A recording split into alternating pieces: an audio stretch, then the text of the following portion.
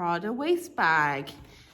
Let's talk Prada Nylon quickly first. So Selfridges have got a pop-up event. I believe it's a pop-up, but they're on for so long that it might as well just be a permanent fixture, where they're sort of reusing disused nylon and making them into new bags, if that makes sense. So it's like repurposing, which is a really cool thing. They're pretty much re-releasing everything in nylon now because it's really popular, especially with the young folks. I really like it. I think it's that real like early 2000s 90s vibe, but in a sophisticated and subtle manner. They're also, and side note, they're also re-releasing all the leather bags. They're really structured ones, and they're particularly going hard on the what leather is that? Prada, What the leather? Stefano Yeah. leather. Leather? And they're really going hard on the Prada Sport, which is the red stripe. That's just recently been really released. Yeah, all the technical gear. So this is a personal bag. Is a waist bag. Sounds weird.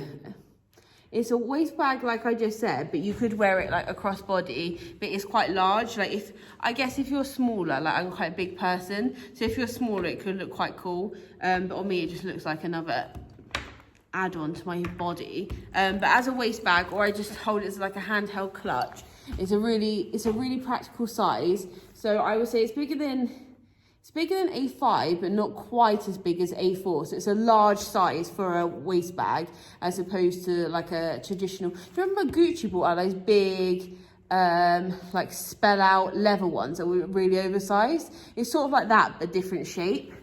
So you've got the Stefano leather, thank you Austin, lining. So all the piping around the bag is in the Stefano leather and around the pockets as well. And then you've also got the belt that goes around your waist, which is obviously adjustable. It's on silver hardware, which is sort of, I say most Prada's in silver. It's like a go-to silver as opposed to a gold. But in that kind of nylon style, no? Yeah, but you can get it in gold.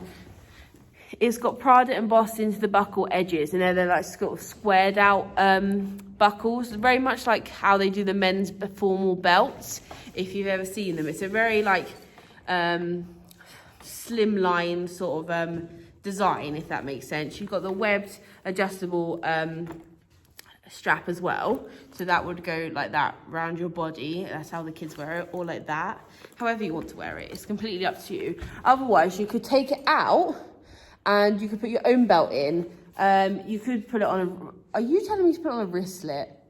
It has one edge, not on the other side. One silver eyelet. Yeah. Oh, you could put a wristlet on. You could put a wristlet on, or a chain, or whatever you wanted to put on there. Put a leather, bow, I don't know. But you could change the belt if you wanted to slip it onto like your leather belt, or if you got that's a good point. If you got like another Prada belt which has got like a triangle on it or something, you can actually put it on there. I know you laughed at me before for mentioning being a tourist or using it as as a travel bag, but that underneath something on a normal belt would be very, very... So are you making fun of me? Easy to use. No, I'm being serious. Are you saying my travel advice on the last bag was correct? Maybe. You could put your plane tickets in this pocket. You could put your passport in this pocket. It's not big enough for that. It's got a front zip as well. What more do you want? It's got a front zip. Right, so it's got multiple compartments. It's sort of like a utility style. It's got the big first compartment, which is the classic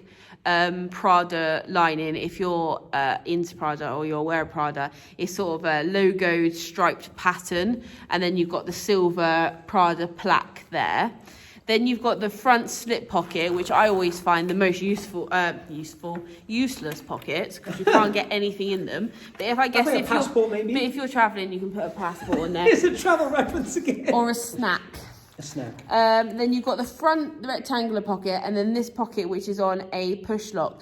If you go now to your Prada websites, they've just sort of re-released, I say re-released, but they've just used it again on a couple of bags. This silver push lock with the etched, embossed logo in. They're doing like a side bag, which is literally that. Yeah. Out now for $350, for just New. for reference. That's good. And if you go onto Flanders, it's 20% off at the moment, so you can get 20% off full price items, including Prada. You could get that for about $2.50. It's a bargain. It's got the silver triangle plaque, which everyone knows is my particular favourite. I prefer Prada with the triangle plaque, unless we're talking about that really cute canvas bag with a big Prada on the front that comes in really bright colours. Then I'll have that one too. But normally it's just the triangle plaque. This hasn't got any stuff in the minute, or in at the minute, but it is actually quite a large bag. You can get quite a lot in there. If you look at it on me for reference, it's quite, it's my head, it's quite big. Bigger than my head, so yes, it's quite large for reference purpose. So yeah, that's just a quick, I just wanted to show you a quick look around this. Because there's quite a lot of re-releases around this sort of style at the moment. Mine is, I would say, probably late 2000s. It's not too old, but it's not...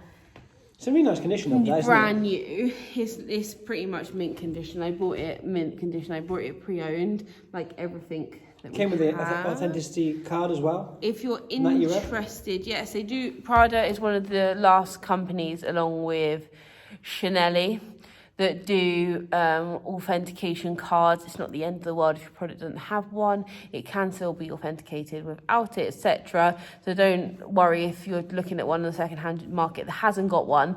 But yeah, if it has, it's extra added bonus. If you're interested in bags like this, although this is a waist bag, we've got a review up at the moment of a Gucci Supreme monogram print waist bag that Austin did. And we've also got a Gucci camera bag, which is about the same size as this, although that one's got like multiple pockets. But if you're interested in that type of bag and you want to compare, then have a look at that. Also, if you're really interested in nylon, we have a couple of nylon Prada pieces in if you're a lady, whereas this is more of a unisex casual piece. We've got some more formal bags, if that makes sense. And if you're really, really into it, then please go and look at the, well, I say please, go and look at the Selfridges pop-up in London. Obviously, it'll be closed now due to the ongoing coronavirus. But you can go onto the website and they've got some really cool pieces. Bicester also stocks a lot of nylon if that is what you're looking for. But I thought we'd just do a quick review of this Prada side bag, something different for both sexes. More casual, if you like, and it's a really popular design and style at the moment with the re-releases.